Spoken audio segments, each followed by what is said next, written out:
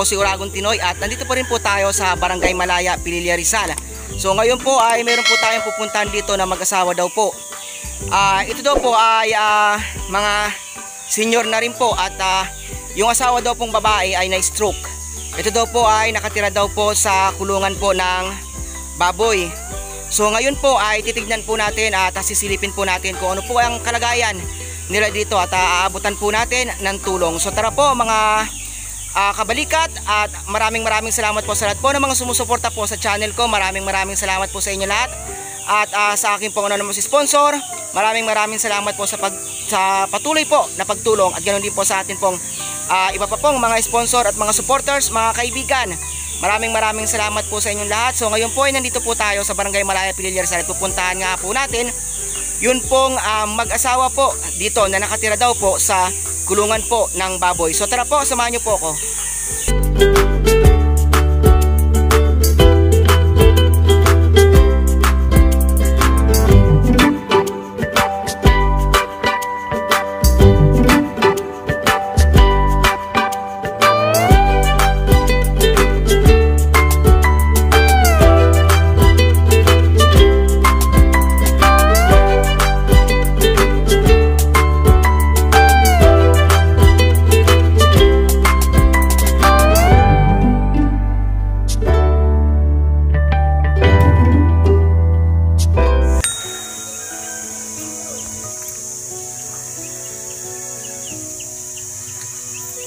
Ay, magandang umaga po. Magandang umaga naman po. Dito po sila. Si Uragon Tinoy po ako. Dito po kayo nakatira? Opo. Dito po kami nakatira sa kulungan ng baboy. Kulungan po ng baboy ito, no? Kulungan po ng baboy. Ilan taon na po kayo, tay? 69 na po. Ano pong pangalan po? Danilo Maristela. Danilo Maristela. Kulungan ng baboy po itong tinitiran nyo po. Wala po kasi kami matiran. Kaya dito na po kami sumira. Para mayroon lang po kami matulugan mag-asawa. Ay na-stroke pa ho yung asawa ko. Ay wala na ho siyang trabaho. Ay ako rin po ay wala rin trabaho. Ilan po kayong naninirahan po dito? Kami lang po mag-asawa. Tingin nga po ng lugar nyo, tay. Eto, kulungan ng baboy, ano? Kulungan ng baboy. Tapos, meron pa dito isa. Kulungan din to ng baboy. Dalawang pinto. Pero dito po kayo nakatira. Dito po kami nakatira. Siya po yung asawa niyo po. Ano pong nangyari po sa kanya? Na-stroke po ang asawa ko. Hindi na ako kasi makapagtrabaho. Na-stroke na po. Wala na po kami mapagpunan. Saan po kayo kumukuha ng panggastos niyo sa araw-araw para sa pagkain po? Minsan nanghihingi ako sa tao. Naipa-check up na po ba siya? Naipa-check up na po sa hala-hala. Ay pag uwi namin po rito ay natumba ko siya doon. Pagkakasandal doon. Ay nakaw, natuloy na stroke na pala ang asawa ko. Ilang taon na po siyang ganyan po? Nanay, ilang taon ka na? Hindi yung na-stroke ang ganyan. Ilang taon kang na-stroke?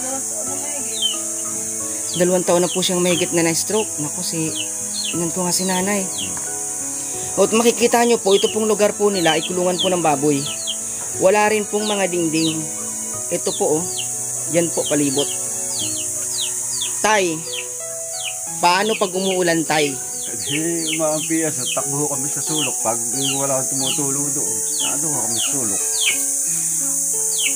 Doon na lang kayo sumusuksok sa sulok? Pag tumutulo, umaampias. Ayan na lang ang aming doon. Para kami sardinas. O, tas, 2 lang kayo dito, no? Paano yun, tay? 2 na lang kayo, tapos si nanay may mga pangangailangan. Siyempre, hindi ka makaalis. Walang mag-aalaga sa kanya. Kailangan bantayan, lutuan ng pagkain, pakainin. Kailangan niyang kumain ng umaga, tanghali, gabi. Paano yun? Ayan nga po, maghuhugas po ako ng kaldero. At ako'y magsasaing na po, tanghali na. Ay sabi ko po sa kanya, nanay, anong ating iulam? Ito yung ano nila, yung lutuan nila, oh. Yan, oh. Itong kulungan ng baboy. 3 cubic to na kulungan ng baboy.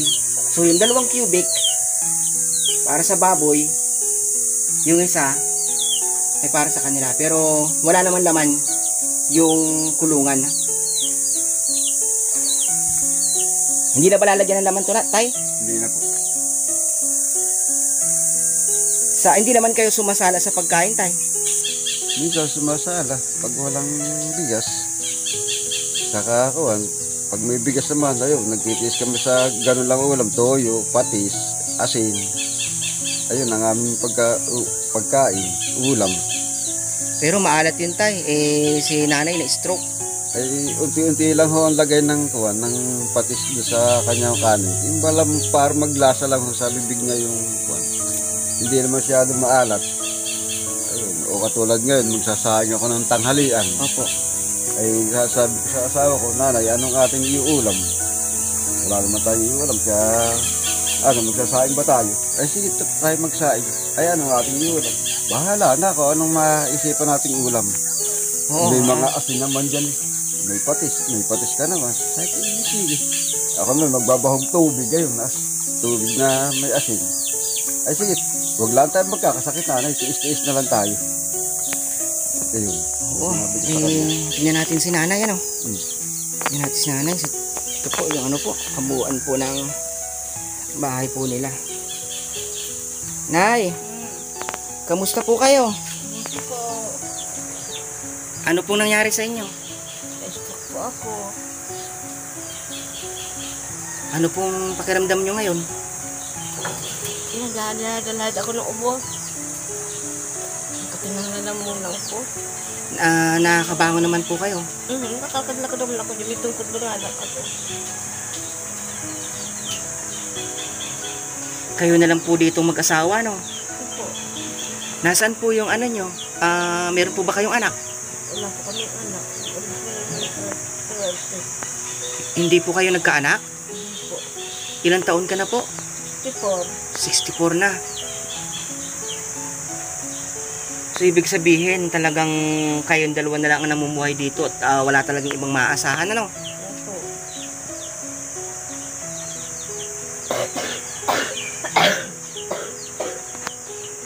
Ito po si nanay, na-stroke po siya at dalawa lang po silang naninirahan dito ni tatay po. Makikita nyo po yung bahay nila po ito.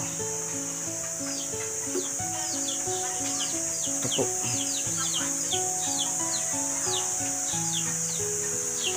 Ito po yung kanyang CR po, Arinola.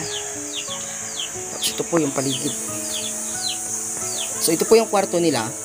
Tapos ito po kulungan ng baboy. Tapos kulungan pa po ng baboy. Ang likod naman po ay gubat. Balik sa sapa. Sapa. Gaano kahirap na yung nararamdaman niyo pong ganito?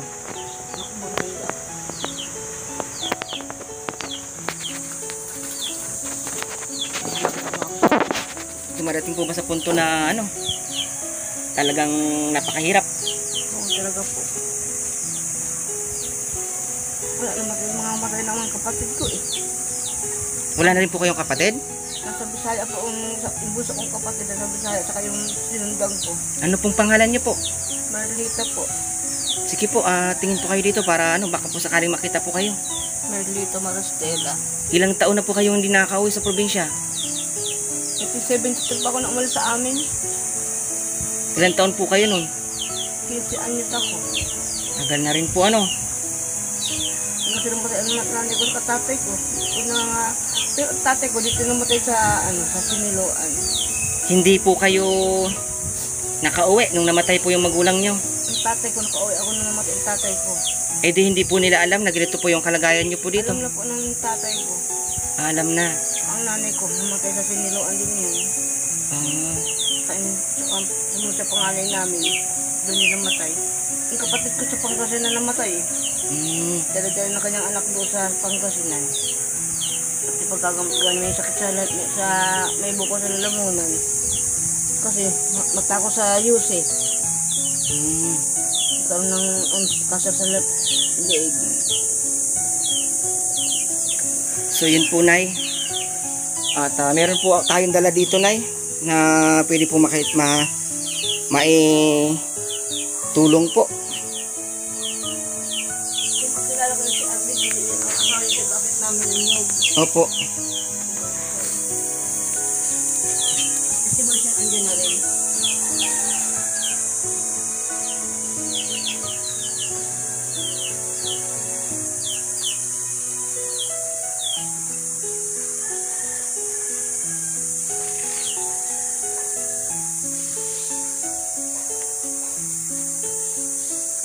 Tay, meron po kami ditong dala po. Ito tay.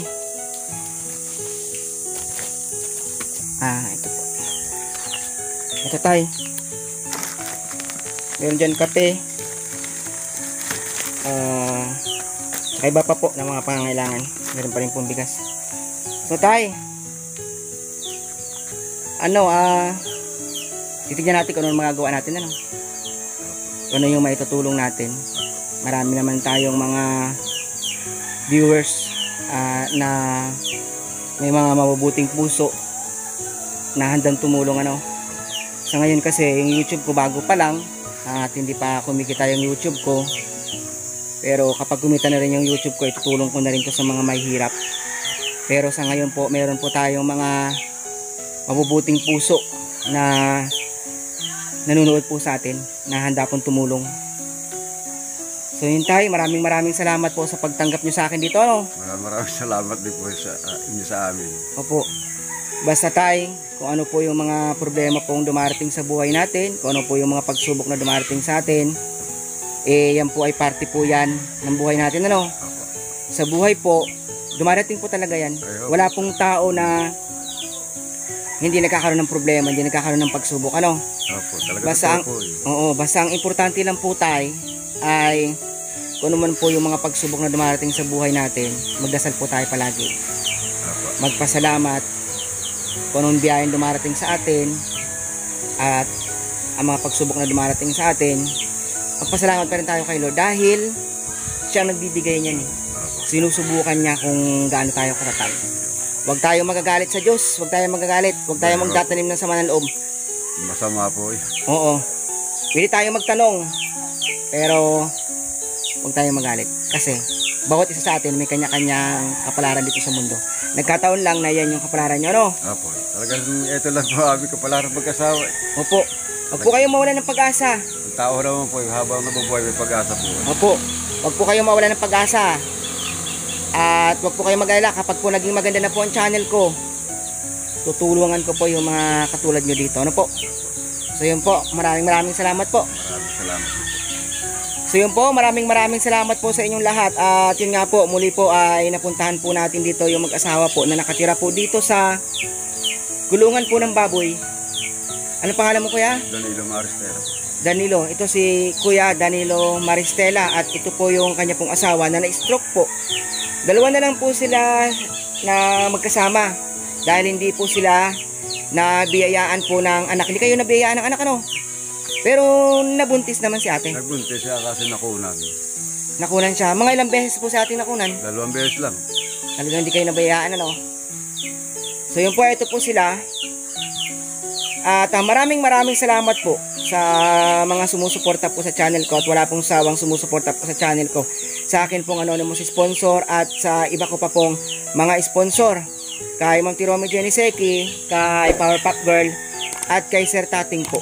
Maraming salamat po sa lahat po ng mga sumusuporta po sa aking channel. So yun po, hanggang dito na lang po at ingat po kayo palagi.